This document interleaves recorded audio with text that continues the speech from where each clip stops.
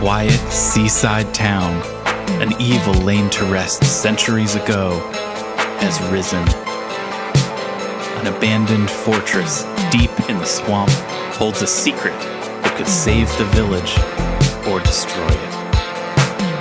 Now, a band of adventurers sets out to dig up the wounds of the past and bring the light of day to the roots of ruin. This is Tabletop Gold.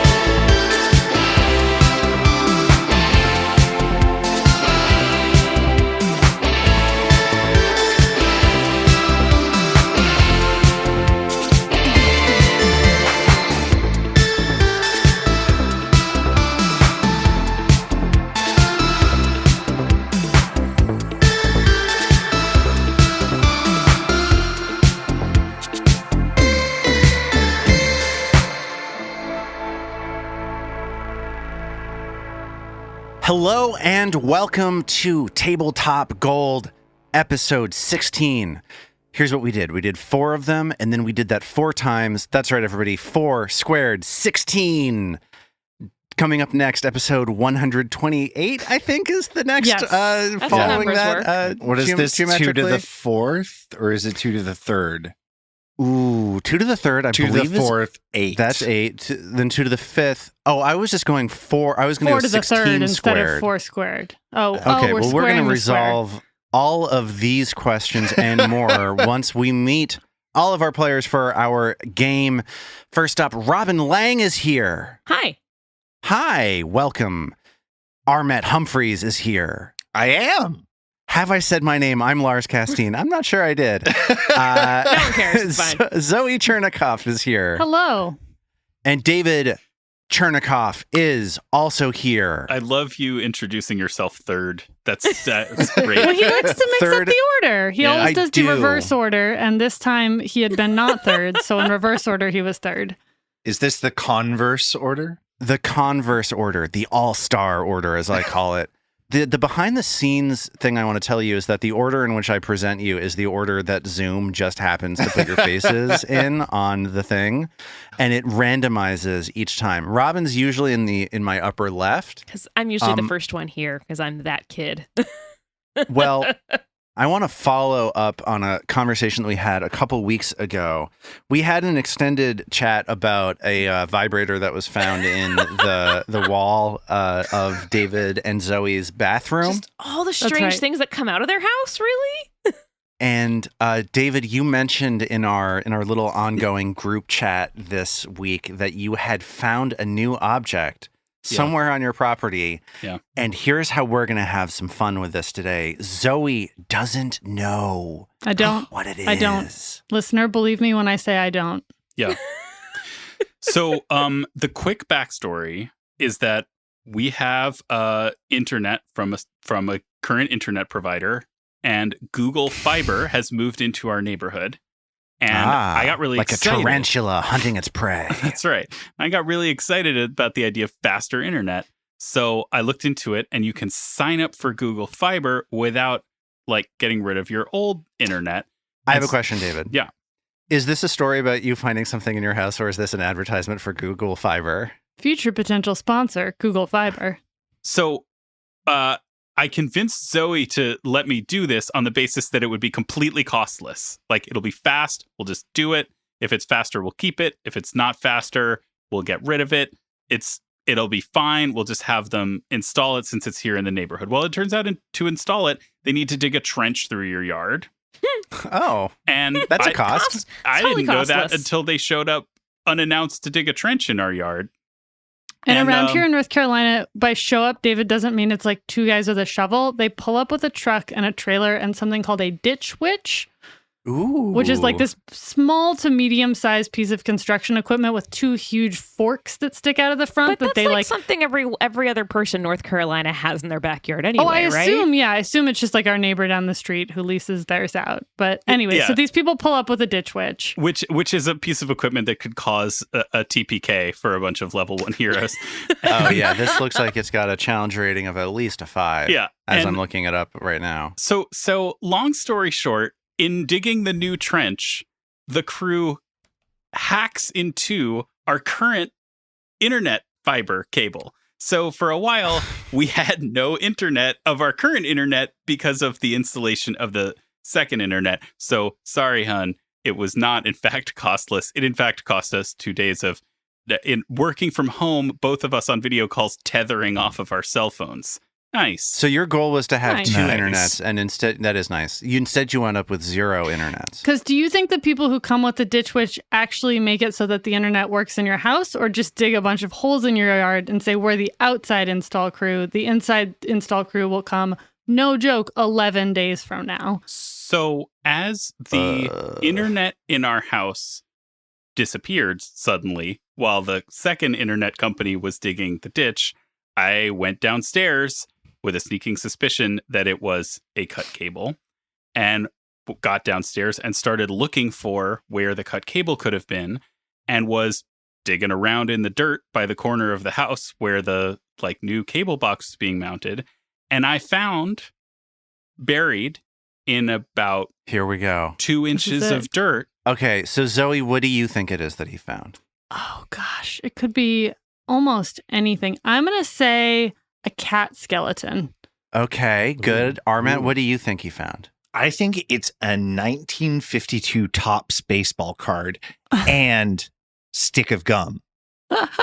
Calling a shot. Robin, what do you think David found? A mummified Bojangles lunchbox. Interesting. I'm going vibrator. David, what did you find? A firearm. What? It's so rusted out that I don't believe it poses any danger to anyone. Honey, I hid it under the porch. Wait, our porch is all brick. How did you hide it under the porch? I was holding the thing with no internet and the internet crew there, and I was like, I have to put this somewhere. Why didn't you use it to get the internet crew to bring the outside internet in? The world handed you a prop that you could use for negotiating purposes, and you put it under the porch? Now we see where Norman gets it from. Now you see where Norman gets it from. Well, speaking of where Norman gets it from, let's play our game, shall we, everybody? If you are enjoying Tabletop Gold, please rate and review us on your podcast app of choice. Now let's get into it.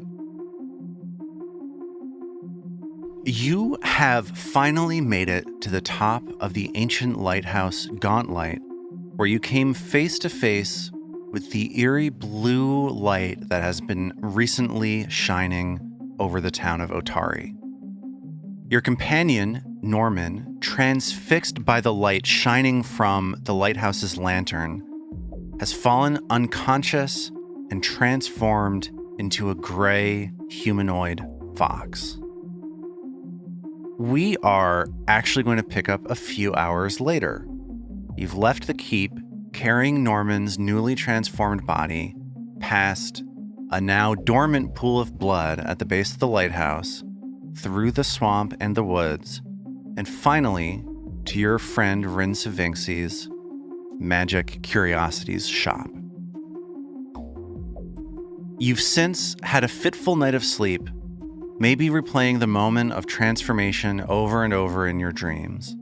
And now, as the sun starts to rise on a new day, Mag, Trill, and Vadim have reconvened outside the shop.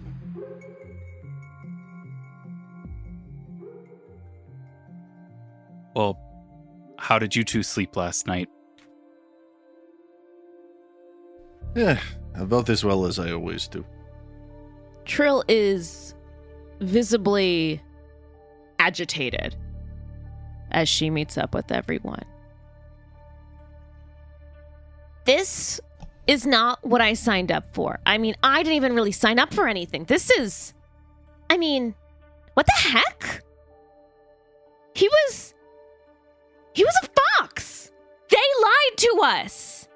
That whole thing with talking about going into the light and being obsessed with the light, and they wouldn't go away from it, and it was so scary. It wasn't funny.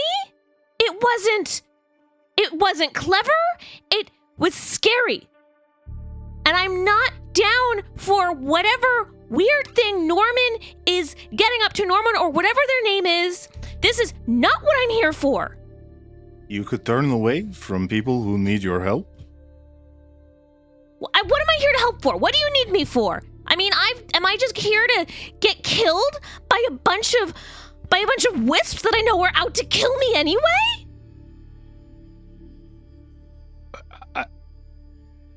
Trill, well, I'll start by saying I share your suspicions and I share your discomfort.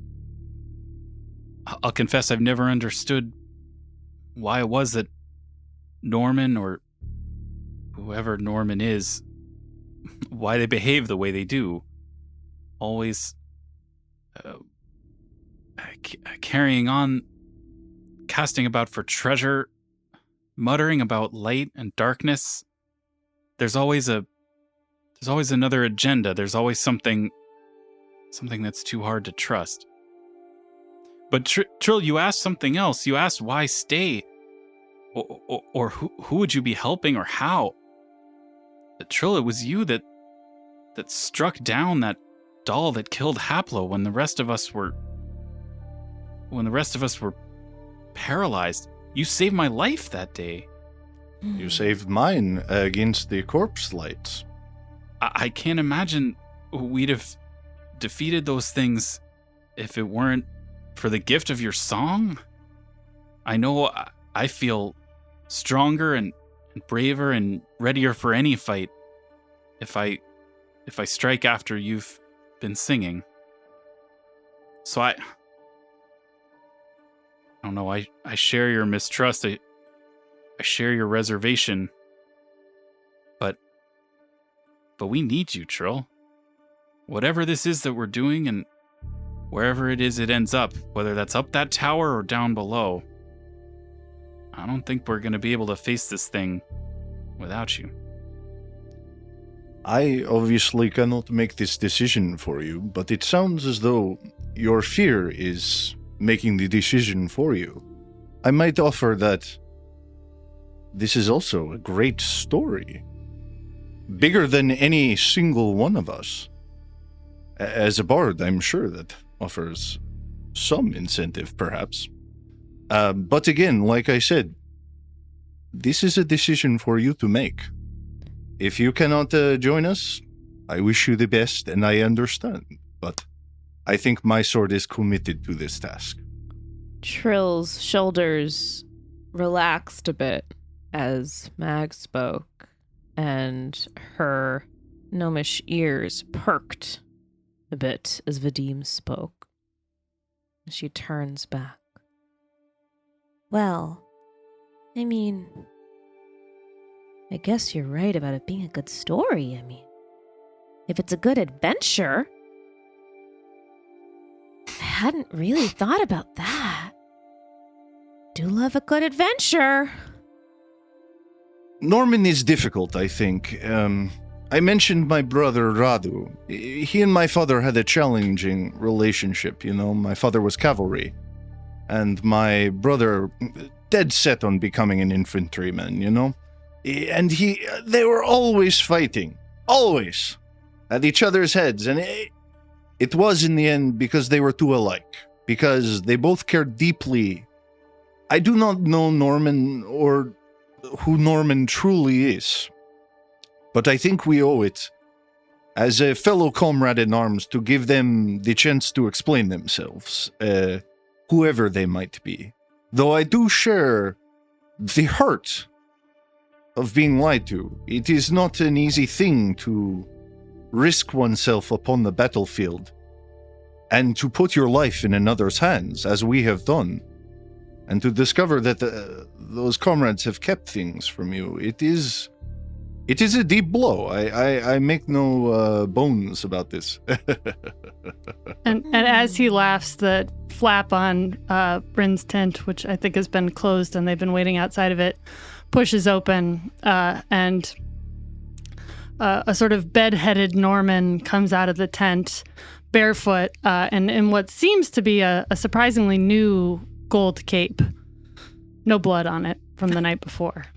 and he smiles broadly but a little stiffly and says, "Oh, good morning. Wasn't expecting to see you all out here this early. How's everyone doing?" And he sort of glad hands and gives an overly solicitous rubbing of his hands together. Well, I'm not sure any of us knew quite who to expect this morning either, Norman. Yes, you look rather clean-shaven today. Not furry. I'm not sure I follow. Norman, you were a fox. You were a damn fox last night. The gnome has it right, yes. Oh, interesting. Well, that's one way of looking at it, he says, and he sort of smiles with a little twinkle in his eyes. Norman, enough of Vadim. your vacillations and dissembling. We all saw you become a fox. Don't piss on my boot and tell me the sky is raining, you know? Oh, no, of course not. I wouldn't piss on anyone's boot. Sure, that's what you saw. I mean, I can be many things. I think eventually I'm going to be able to be just about anything I want. And he smiles. Can Vadim make a recall knowledge check? Yeah, sure. Let me get some mechanical support What here. kind of knowledge do you want to recall, Vadim? Does Vadim, I think this maybe is a society check, maybe. I just want to know if, like, Vadim knows about Kitsune, if he's ever heard of them, if he, what have you. Yeah. Vadim, with a society check, seems as though he has no concept of Kitsune. Like, the way that you're talking about, like, you were a fox, that's how Vadim would consider this. Like, you're right on the money. Cool. You were a fox. I don't... Are you a were-being? Are you some sort of... No. Look at it this way. For me, I don't think it's about who you are, but who you can be, and also who you aren't. So, sure, could I be a fox? Maybe, for a little while, and then here I am. I'm Norman, but it's all the same thing. Mag steps forward and she fixes Norman with the kind of stare that in another life could practically remove the bark from trees. And she says, "Norman, enough. Enough of these clever turns of phrase. Enough of these silly, fanciful attempts at deflection and deceit. Who are you? What happened at that lighthouse? And why is it that you've joined this quest?" You want to know who I am? You want to know why I'm here?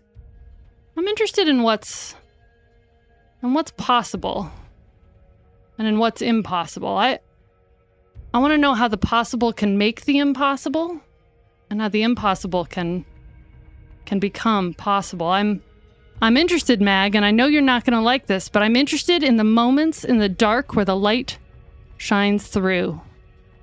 Mag rages. Her eyes turn bloodshot red. Her magically repaired hand begins to glow dangerously red. Trill pipes up. She gets in between the two of them, kind of gets up on her toes a bit to try and be seen. Norman, if you want us to ever trust you again, you're gonna have to stop speaking in these riddles and double talk and start being honest with us. Well said. And that's all there is to it. I'm happy to be honest. I'm being honest in the best way I know how. Find a better way. And Trill turns around and walks off. Leaving Mag face to face with Norman and unrestrained. Mag begins to reach her hand back toward her morning star and asks Norman, "Are you a fox?" Vadim steps forward from where he's been leaning against something with his arms sort of crossed and says, Mag, it's okay. Take a breath. Mag turns on her heel, walks 11 crisp paces away, and headbutts a tree, which snaps in half. Look, I'm not a fox. Bullshit. I'm being honest when I tell you that I'm not any one thing. I think I'm sort of everything and nothing. Look here. I promise you this. I'll be as honest as I know how. And I think each of you should take a minute to think to yourselves whether you've been honest with me and with each other. And he looks at Vadim. Who of us, Vadim, is exactly what they present themselves as? Aren't we all hiding our own visions and fears and loneliness? Don't we all have our own reasons for being here? I promise you this. I've got your back. I'll be with you every step of the way, and I have never once hidden that what matters to me in that lighthouse is that light. I think we've got to figure out what it is, and we got to figure out how to control it. It's a very pretty speech, Norman. But if you can't extend to us the basics of trust, I think you need to think about how you're going to communicate with us who it is you are. I'm sympathetic, Norman, but I can't stand here and listen to this nonsense either. It's not You nonsense. can be multiple people. You can be attracted to the light, but that doesn't tell us anything about you. It's abstractions. I have told you who I am. I have told you my family, my mother, Elena, my father, Grigory, my brother, Radu. I was wrong, Norman. You're not like him. He knew who his friends were. If you cannot be honest with us, I see no... Well, I will be returning to the lighthouse. And he walks away. And you see Norman sort of ball his fists as they all take their distance, and he goes, I'm being as honest as I know how. And with that, it sounds like the four of you are sort of heading into your own different directions for a while. So let's just say that everybody is now level 2. Woo! Yeah! All it took is breaking up the group. Yep. Good luck Charles, on your own. yep. Each of you as a level 2 unbalanced single adventurer that is Excellent. going to get eaten alive by this extremely difficult game that we're playing. Well, Trill the Battle Bard is leveling up with a nice liquid breakfast at the Crow's Casks. So we're going to get back into our story in just a little bit, but I figured that because you don't hit level 2 every day, these leveling episodes are going to hit only every very once in a while. So we're going to break back into a sort of a little conversational vibe for a while, if that is cool with you. Let's just say what everybody got, and let's go around the table, starting with Armat. So Vadim is a champion. He's a neutral good champion, which means he's the Redeemer subtype. And so at level 2, he is going to be taking a class feat and a skill feat. And the class feat is going to be an archetype dedication feat. Look at you, fancy yeah. multi-classing. Yeah. Archetypes are kind of like Pathfinder 2nd Edition's version of multi-classing. You're taking something, instead of taking a feat that belongs to your class, you're taking a feat that belongs to another flavor of character entirely. It's kind of also like the prestige classes in like 3.5. That there's a useless reference for you. Here's a confession. I never played 3.5. I never played a D&D until I played 4th edition. Here's a confession. I've never leveled up before. Hey! So I'm taking the dual weapon warrior dedication, which gives the double slice feat, which is going to be awesome. And then for his skill feat, I was thinking I'd lean into religion as per Lars and I's conversation on the Discord the other day and go with student of the canon. So Vadim is probably going to spend the week like thinking about Norman and this fox and like, meditating and reading his scriptures and trying to like see if there's some answer for him in those pages. So that's what I took. I'm definitely for that because I think that would benefit the party. I am like so excited about exercising Hans. I can't even begin to tell you. A little scripture goes a long way. My pharasma, I compel you. I'm going to get really obnoxious about it. It's going to be great. I can't wait. I'm so excited. Well, let's move on to David. Since David said he has never leveled up before, let's just do it right now. You're level 2. You get to pick a class feat and you get to pick a skill feat. What are you taking? So I am a barbarian with the Fury instinct. So for my level 2 class feat, I'm going to take No Escape, which is a reaction that lets me, I guess, if an enemy is next to me and moves away from me during combat, No Escape means that I can, as a reaction, pursue that adversary up to my range. So that will keep me within striking distance to keep making melee strikes against enemies, even if they move away from me, which would be great because I at times have struggled to be close enough to hit things, and hitting things from up close is kind of my deal. For my level 2 skill feat, I'm going to take Assurance, which I guess guarantees a certain level of a certain number for skill checks. Right. It's like instead of rolling the die, you can take 10 plus your proficiency bonus, which means like at level 2 would be 10 plus for something you're trained in, like athletics, would be 10 plus 2 for trained and 2 for your level. So you get an automatic 14 if you choose to use Assurance anytime you're using athletics. Yes. And Lars jumped in and gave you all the skill that I'm taking Assurance in, which is athletics, which is my main. Sorry, yes. No worries. My main jam as a barbarian. You're taking it in swamp lore. It's a nonstop 14 in swamp lore. All the swamp lore all the time. As fun as it would be to be able to assure crafting at a 14, I'm gonna do athletics instead, and I think this will be a fun one to grow into as we theoretically, knock on wood, level up even further. That Assurance DC will get even higher, and we'll be able to get into some more fun stuff. Yeah.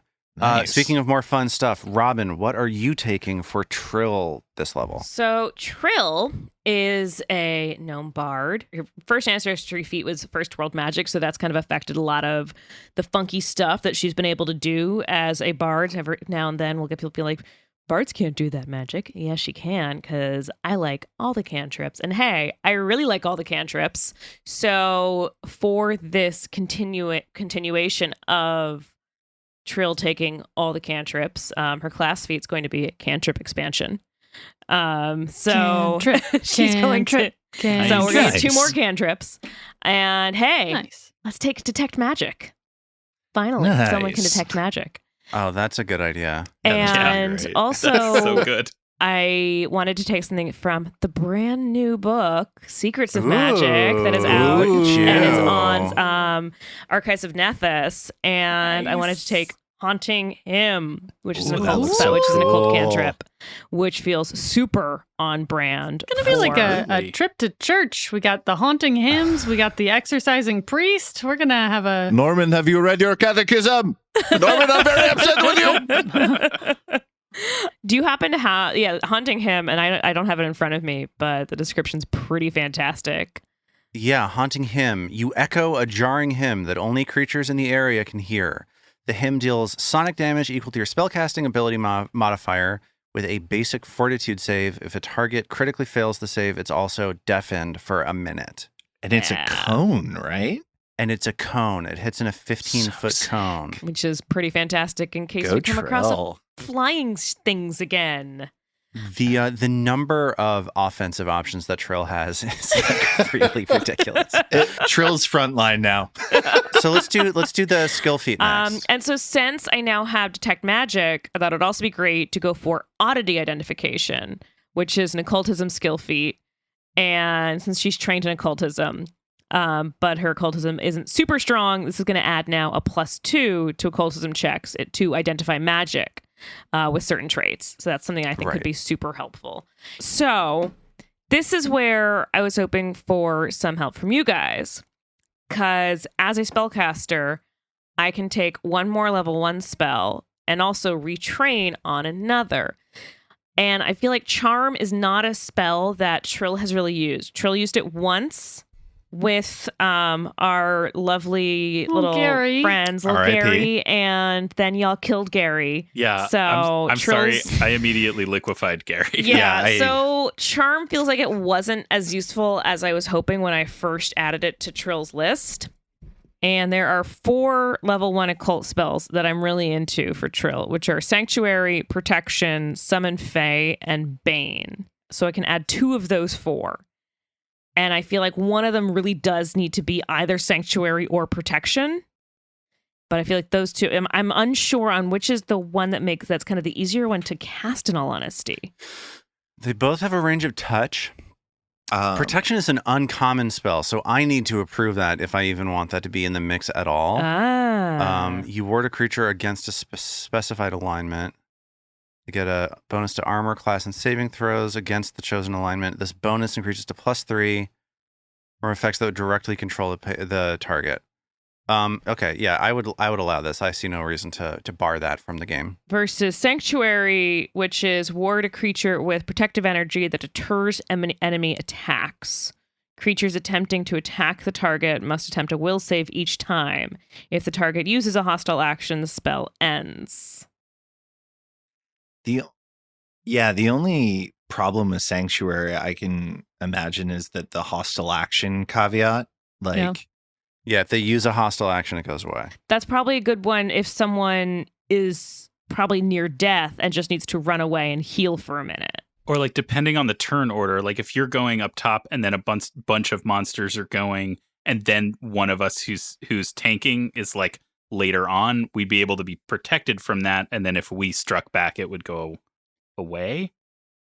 I think Protection is the stronger of the 2 options, just because they both have durations of the minute, but only Protection will endure for that full minute. But I need to we're gonna also have know to the be, alignment of the creature for Protection, don't I? Right. I think if you choose evil, Yeah, evil is probably safe. I think we're going to be okay. When we meet someone super nice and we're going to kill them just out of spite, then you can pick good. And other than that, So let's do Protection then and Bane. Protection Okay. and Bane. Those sound And awesome. we'll drop Charm. Got it. Let's move on. Let's move on to Zoe and see what Zoe's picks for level 2 are.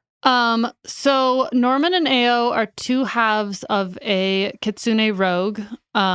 She has the Eldritch Trickster racket, which is what gives her cantrips, her telekinetic projectile, and she also has Mage Hand, which she hasn't used a lot, and she has Daze through her Kitsune spell familiarity. She can actually switch that out for a couple of other things she hasn't used. So as a rogue, she gets a skill increase, a class feat, and a skill feat.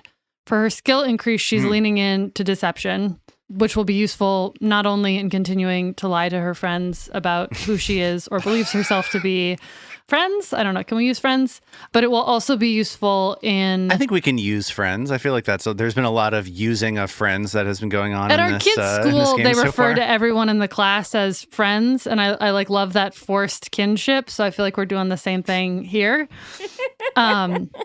The class feat, she is going to take Magical Trickster, which is something she gets access to at level 2 because of the Eldritch Trickster racket. So that will get her the sneak attack damage when she does spell damage, which we all know how she loves to throw a body. So hopefully that'll start paying off. And for her skill feat, I think you should get sneak attack damage for throwing a body. I think that I would never see that coming. That makes sense. I feel like eventually the word will percolate around the keep. They'll start learning, like, oh, here come the corpse flingers. You start showing up in their pre-burned bodies in every room. They're like, we're just going to do this for you. So for her skill feat, she is taking what I feel like is sort of the most interesting turn, and she is going to take trick magical items. So you're getting like deception to help trick enemies and your friends, and you're getting trick magic item to literally like trick scrolls and wands and things like that. That's right. Basically my increases awesome. are tricking magical items. So we've got a theme.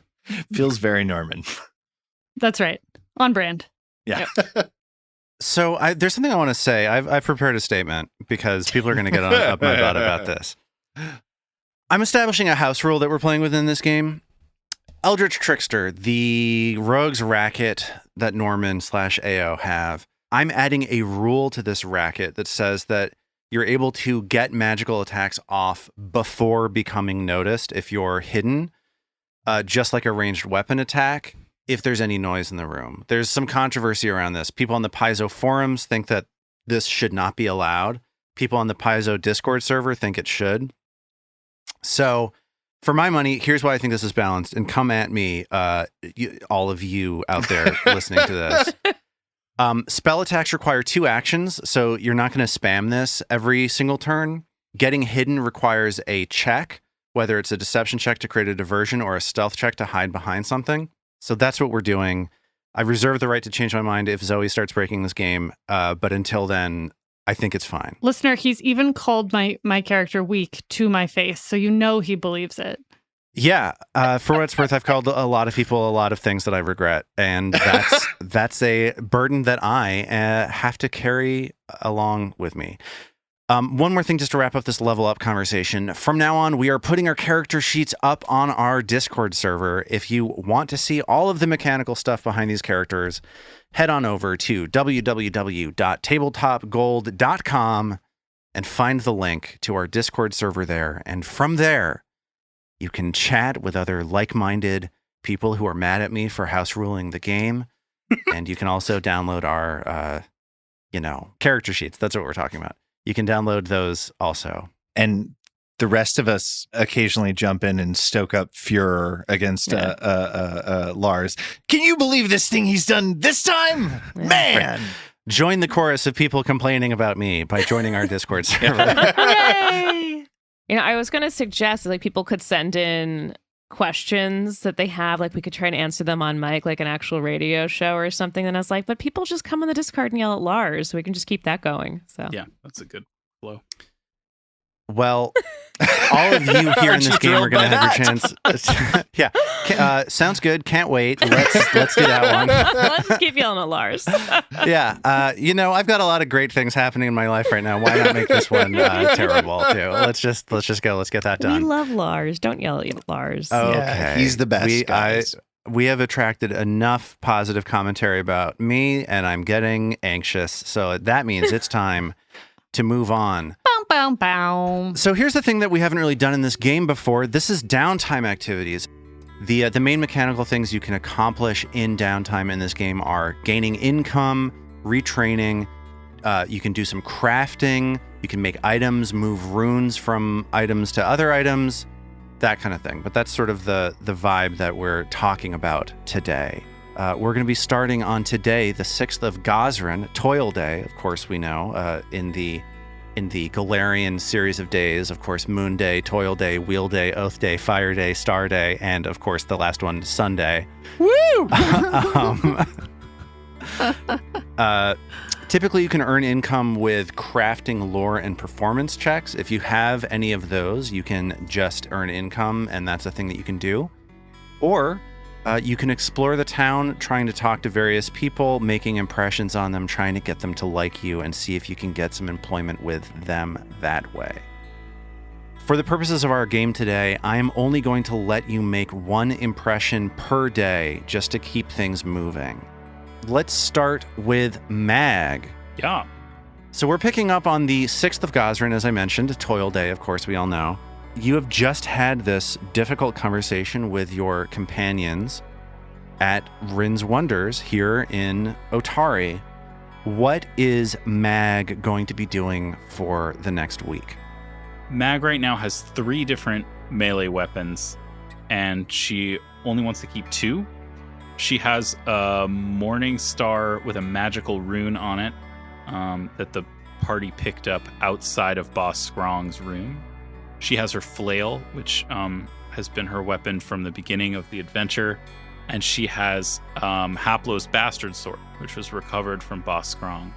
So the first order of business is she wants to move the magical rune from the Morning Star onto Haplo's Bastard Sword which will become her primary weapon, and then after doing that, to sell the Morning Star, because she only needs 2 weapons with her. Okay, so you have a week of downtime. Would you like to hire somebody to do that move for you, or would you like to take some time in that week to do the crafting yourself?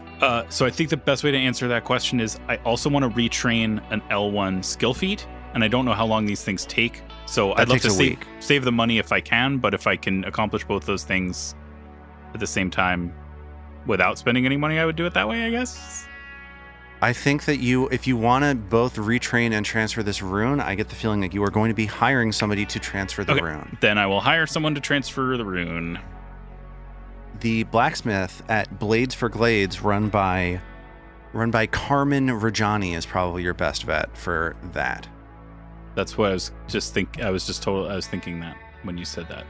That was what I was. So you walk in and Rajani smiles at you and says, "Still driving the mayor crazy, huh?" Doing my best. We've gone back to Gauntlet despite his prohibition against it.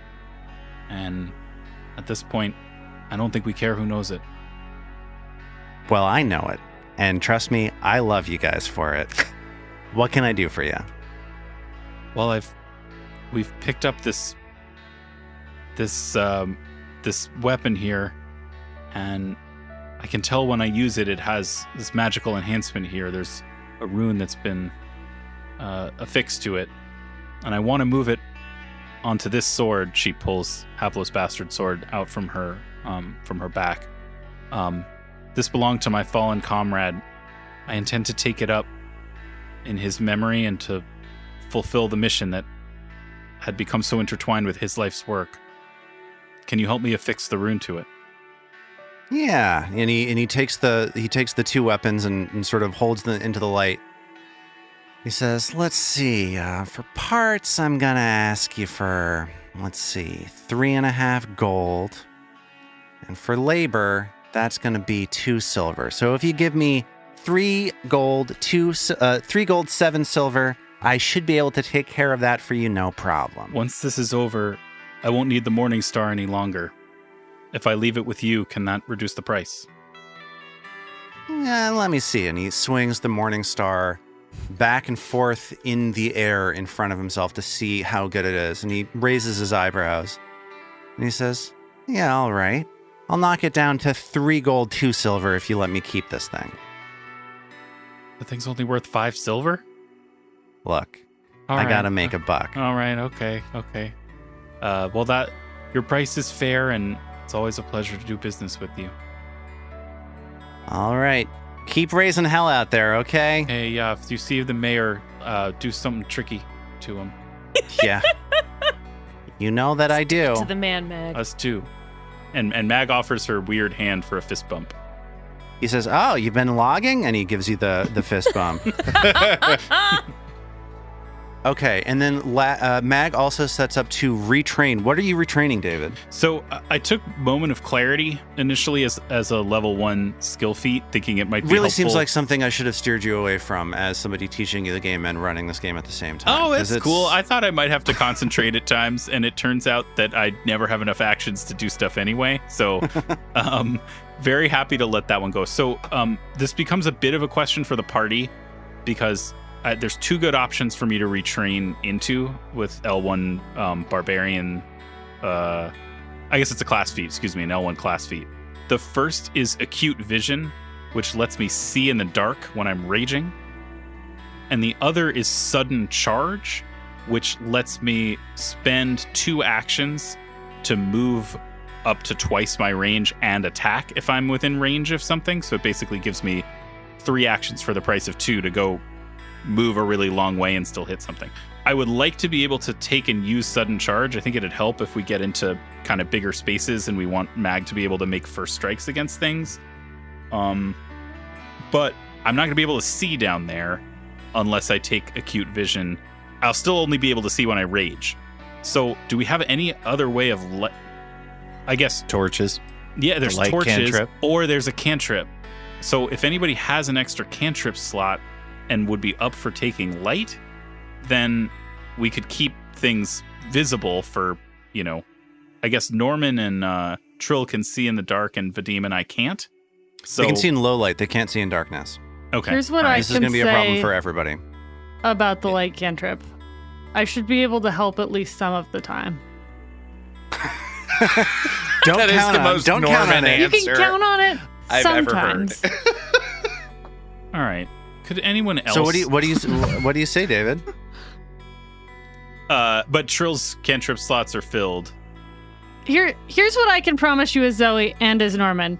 We can discuss in a given No. day Forget whether it. light is part of it. No way. I'm not interested. I don't trust Norman Mag You would don't not go trust back me, to Zoe? I'm not talking about that. After she pointed that gun in your backyard, you don't trust her?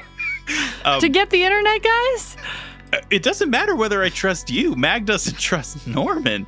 Like, after what's happened, Mag is not trusting her ability to see to Norman feeling like it. So Well, what's the alternative? I'll take acute vision and I'll just rage every time. I won't be able to see anything without a torch, but if we're in combat in the dark, I'll just have to rage first so that I can see what I'm hitting. I mean, I'd rather have sudden charge, but that's no. Then take sudden charge. If you'd rather have sudden charge, take sudden charge. It's that easy. Yeah. And just run around in the dark. So Make unless other Norman feels like it. people solve your problems. Tank. Your job is to kill people. If other people get in your way, Yeah. yell at them and blame them, and you have to roll up a new character. Yep. Tank. Okie dokie. I'll retrain to sudden charge. So Mag is going to spend a lot of time this week running headlong at stuff in big fields and So then I hitting it. also still have in my cantrip list dancing lights. Yes. So if we are in a very dark place, I can always cast dancing lights. All right. And Dancing Lights has more mobility for its light sources. Yeah, than I can. light It has a does. range of 120 feet, so I can always give you some balls of lights that you can see. Sudden charge it's- it is. Not like 5e, right? Where you have to like sustain it or anything like that. It does have to be sustained, yeah. Oh. Each light must remain within 120 feet of you and within 10 feet of all others, or it winks out. Yes. So I do need to sustain it. Yes. Well, if we're exploring, then that's totally cool. Yeah. That'll work Yeah. great. Toward the end of the week, as Mag spends the week, all 7 of these days, sort of charging at a tree just north of Inkleholtz Manor over and over again to get this new skill down, you see a envelope with an invitation to come gaze at the stars with Rin, who apologizes for being out of commission for this week. She says, "Come on Moonday the 12th. We will gaze at the stars together." Trill, what do you want to do this week? So Trill has 2 things that she wants to do. The first of which is identify these unusual liquids that she's collected. So Okay. she wants to go to Crow's Casks and chat with the proprietor there, who is an alchemical expert, I believe. Yes, Magaloy sees you walking into her store, into her shop, and she says, "Well, seems like you had a good time here the other night. It's funny seeing you back in the daytime." Magaloy, good morning. I'm ready for my breakfast. I've had a hell of a morning, and I've got a hell of a story to tell you. And I don't know why I'm talking my own voice. Magaloy, it's good to see you. I've got a hell of a story to tell you this morning. My God, you wouldn't believe the things that have been happening. Trill sits down and she drinks her breakfast. Try this goblin bile. Oh my God, it's so sweet.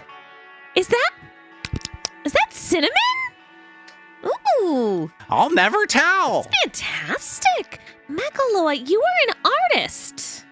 Oh, no, it's more, there's more of a science to this, actually. You notice that something you didn't notice the other day when you were here, that at the back of Crow's Casks, there are a couple people in prayer, and you realize that Crow's Casks, in addition to being sort of an alchemy shop and a TGI Fridays-esque, Forest Hills-esque bar, is also a church to Caden Kalian, the accidental god who got drunk and became a god one night. Makes sense.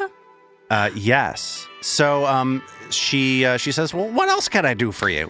So, while we were, on the deal, don't mention this to the mayor. While we were back up exploring around the Gauntlet Keep up there, came across a couple interesting, unusual liquids. And I was hoping you might be able to help me identify them. I know Sure. they're not magical, so I figured you might be the expert. Why don't you go ahead and leave them on the bar, leave 2 silver with them, and I'll get to it before the end of the day, I promise. Great. So Trill leaves those 2 silvers there.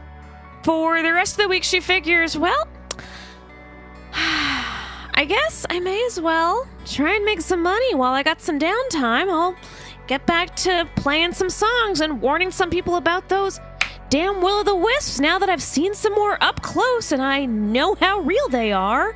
And so she wants to get back to playing a couple songs about these will-o'-the-wisps that she's actually fought off more directly. Okay, so you can choose to either perform for the week in front of the in front of the fishery as you have done in the past, or you could attempt a riskier job in front of the Menhemez Manor, between the Giant's Wheel and the Manor to play for the workers as they go to work. The Menhemez, that's the mayor. That sounds dangerous. That sounds like I'll piss the mayor off. It is a riskier role if you would like to make it. So it's high risk but high reward, I imagine. It's weird how those two things go hand in hand so much of the time. It's high risk, same reward. So what do you say, Robin? Ooh. Are you gonna crawl or are you gonna fly? I think actually Trill's gonna lay a little low and not try and piss off the Gonna mayor for crawl. once. Yeah, and Trill's Okay. gonna stay down by the docks and Not piss off the mayor. Just A this pub one crawl, time, maybe. if you will. Okay, so why don't you go ahead and give me a performance check, and let's see how well you do. Trill rolled a 4 on the die, which got her a 14. A 14 is Cha-ching! Great. not great. So you head out for the first day, and you don't get very much in the way of donations. You pick up 4 copper pieces at the end of the day, unfortunately. On the beginning of the next day, you head back to Crow's Casks, and Magaloy has labeled the elixirs and has laid them out for you on the bar. And this is what you've got. You've got a lesser dark vision elixir, which does what you think it does. A lesser skeptic's elixir, which gives you bonuses to perception checks to detect lies. Really? Might come in handy. Yeah. A minor elixir of life, which gives you a d6 of hit points and a bonus to saving throws against diseases and poisons for a minute. And a comprehension elixir, which lets you understand anything in a common language for, let's call it a little while. I'll look that up some other time. For a little bit. Oh, It's a fun. lesser elixir. Well, these are fun. The duration is 1 minute. They are fun. Are you going to head back to the docks and see how you do today? Yeah. Why don't you give me another performance check as you see how your second day of performance Great. goes? Let's see how this goes. This is a delightful 18. So that 18 is going to be a success. You, at the end of the day, your harp strums more true this day, and you will get 3 silver pieces at the end of the day, and you can keep doing it at that level for the remainder of the week. Right. So if you keep going for the week, you'll come back with 18 silver pieces, aka 1 gold and 8 silver. Let's keep doing that. And at the end of the week, you also find a note just like the one that Mag received about star watching. So on Toil Day the 6th of Gosrin, what is Norman up to? I guess at the risk of not doing too much wandering, could Norman go to the Druid Circle and see if they need any help? He was sort of intrigued by the last time he talked to them. Okay, so you head over to the Druid Circle, and Whirlywin greets you. Oh, it's you. It's the one who reads the stars. That's me. Just reading stars. So, have you killed the Joel Mesman? You know, it's funny you should ask. We haven't, but we're definitely working on it. And what I want to know, I want to hear a little more from you about Joel Mesman. And while I'm at it, do some gardening and get paid for it. Okay, so can you, so you spend a little bit of time talking to her. Can you give me a diplomacy check to make an impression on our friend Whirlywin? I can do that. That's an 8 on the die for a 15. So that is going to be a failure. And she says, look, I don't really like you or your friends all that much. How about if you take care of the issue that I talked to you about, and then we can see exactly what it is that you can do for me? Oh, you got that Haplo killed, so that kind of puts a damper in our relationship at this point, so...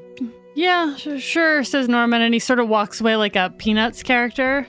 Dun, dun, dun, Christmas dun, dun. time is here. It is now Wheel Day, the 7th of Gosrin. What would you like to do today? So Norman wants to go try and find some work somewhere else in town. He might go by Crook's Nook and see if they've got anything for him.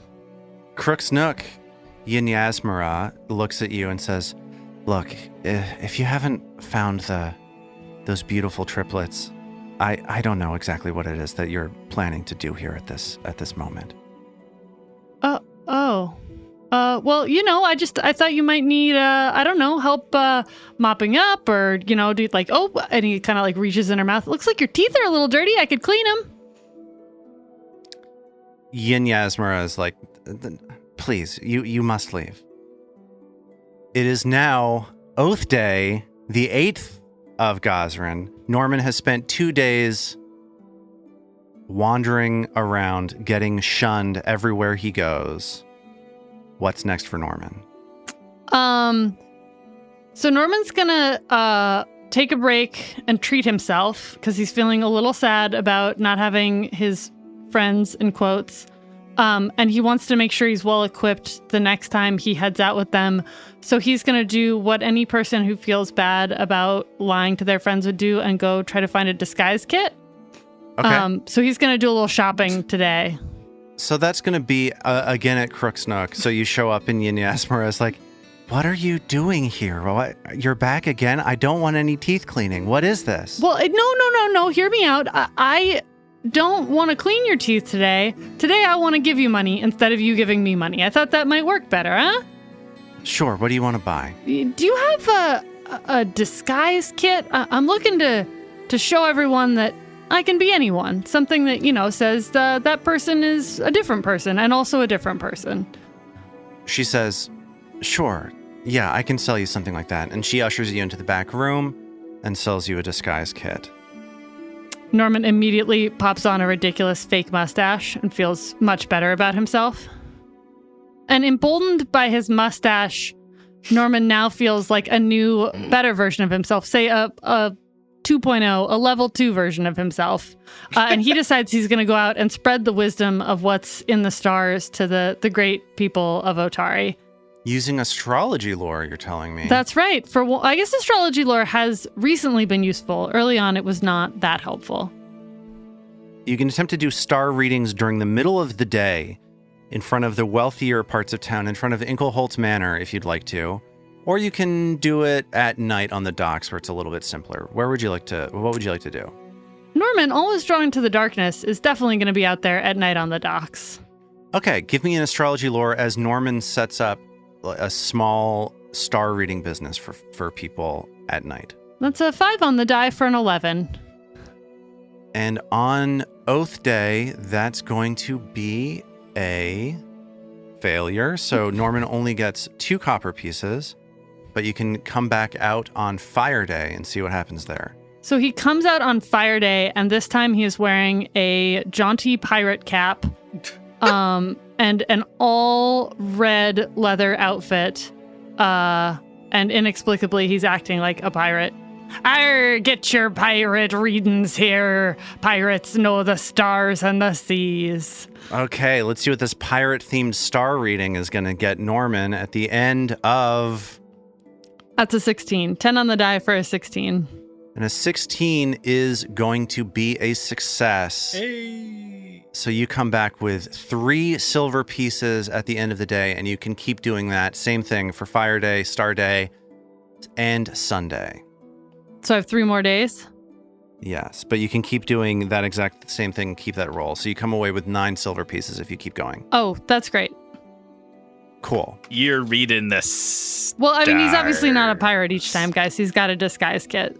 Oh, I have to make you do new rolls then. Just kidding. At a certain point during the final pirate-themed reading, Norman finds on the hook he has fashioned onto his hand a note inviting him to a star reading at Rin's Wonder. And he goes, oh, weird. Why didn't you just put it in my bed? A star reading. A star reading. It is now Vadim's situation. What is Vadim going to do for this week? So the first thing Vadim is going to do is go to Blades for Glades. While Norman was unconscious, he surreptitiously sort of sneaked the nice rapier out of Norman's pack, muttering to himself, turnabout is fair play after all. And he is going to transfer the +1 rune from the rapier, or ask the proprietor to transfer the +1 rune to his Aldordi dueling sword. So Rajani looks at you and says, I'm going to give you the same deal I gave, and Mag is in there with you at this exact same time in the timeline, I think. How's it going? Since you're both starting off. Are you still pissed off? Short answer, yes. Cool. But Rajani looks at you and he says, I'm going to cut you the same deal I cut your friend there. That's 3 gold, 7 silver pieces to move the rune on over. Good deal. And Vadim shakes his hand and claps Mag on the back and walks out. Oh, Vadim, have you seen any, before you go, have you seen any trees that I could charge at?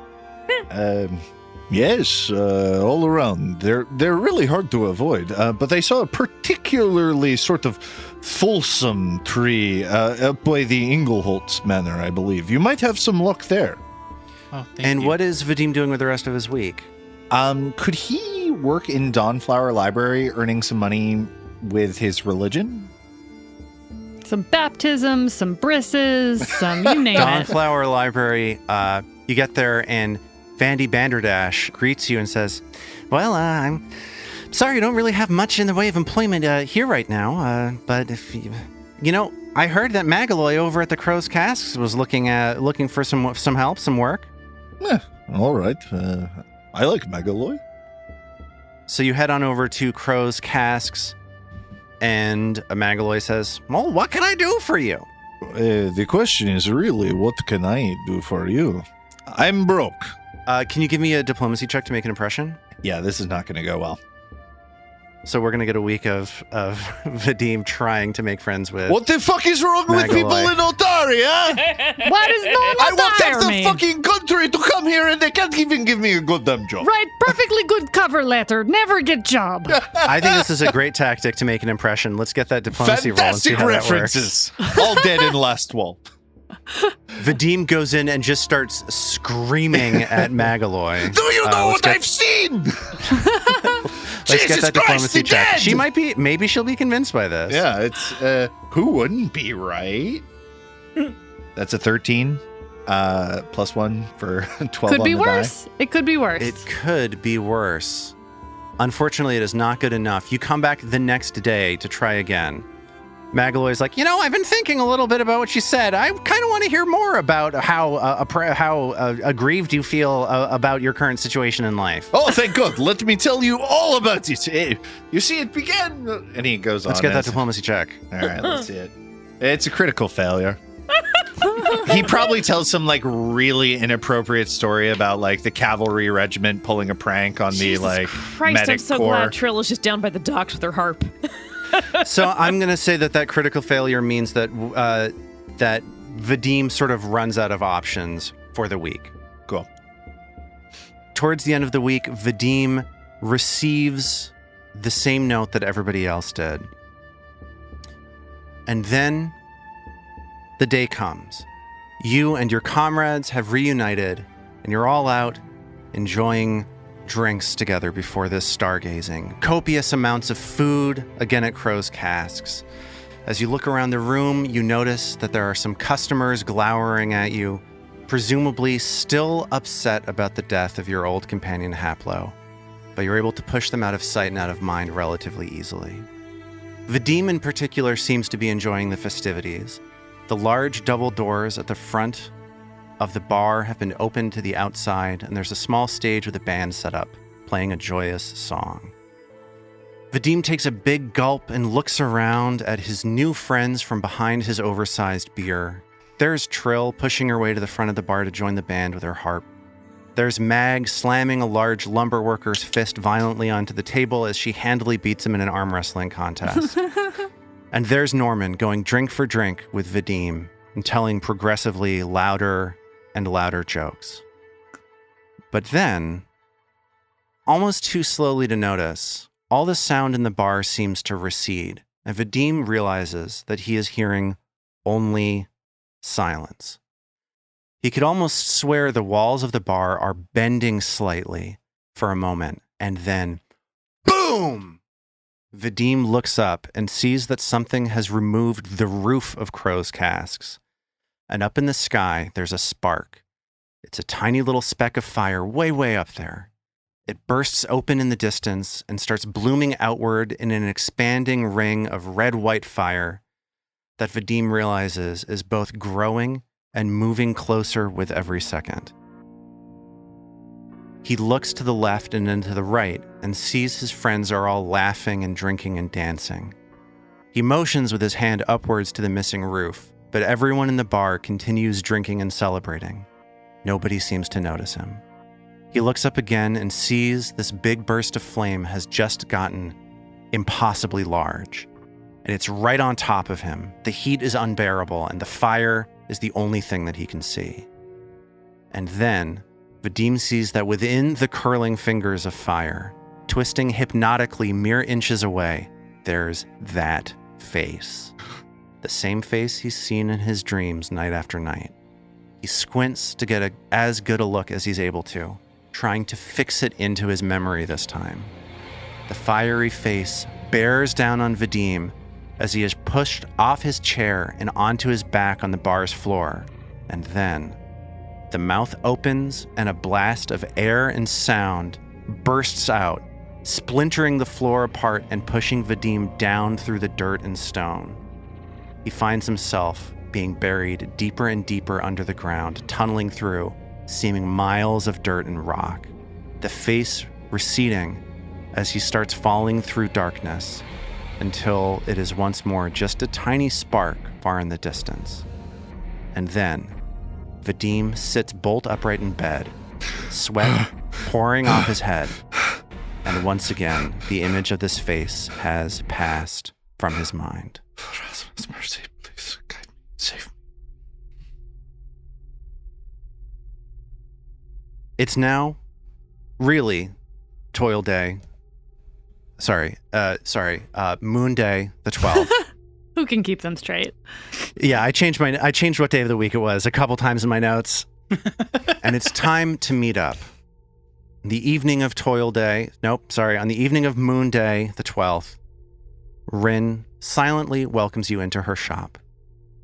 And she starts reading the stars. These stars above are shining incredibly brightly. The moon is almost halfway to waning at this point.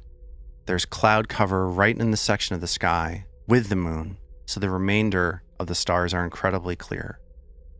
It's funny we should be here staring at the stars.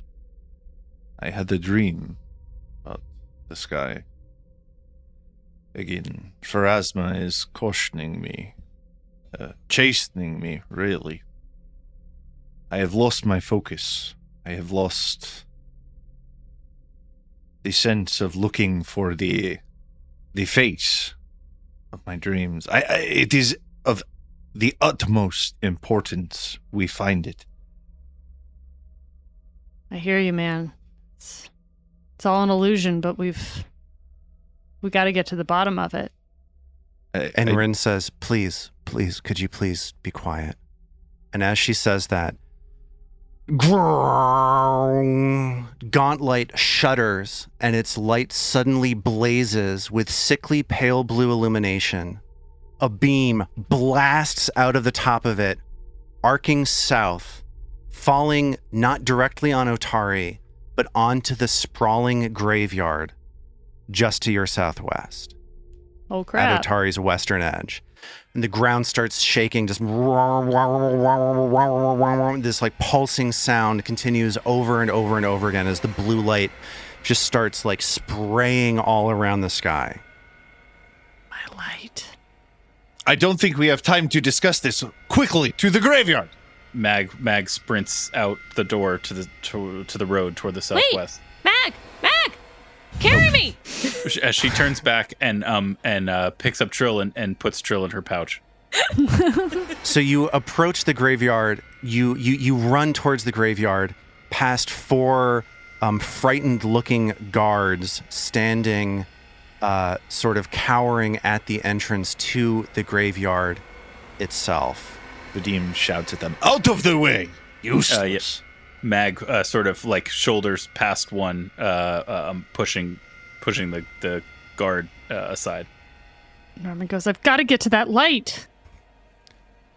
And as you get to the light, the soil of Otari's graveyard roils and churns in the eerie blue light. Dozens of skeletons and shambling corpses haul themselves free from the ground, tumbling over the cliffside at the southern edge of the graveyard, falling onto the domes of the Dawnflower Library below. And as you look into the graveyard itself, still stumbling around the graveyard, you see 8 more undead approaching. Their moans and clattering bones still audible over the shocked screams of the townspeople who are standing at the perimeter. You see 5 skeletons, jawbones hanging off of their skulls, and 2 reanimated corpses, big, meaty zombies lurching towards you. And then you see a third zombie. No. A figure you remember. You didn't.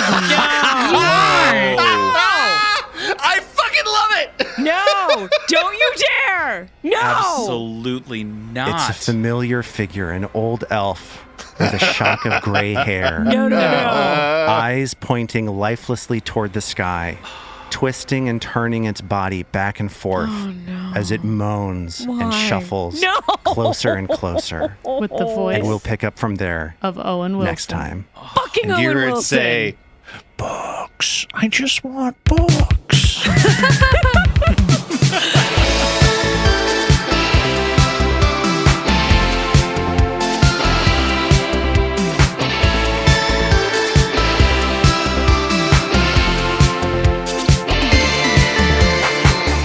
The Roots of Ruin is a Tabletop Gold production, produced under the Paizo Incorporated Community Use Policy. The Roots of Ruin uses trademarks and/or copyrights owned by Paizo Inc., used under Paizo's Community Use Policy.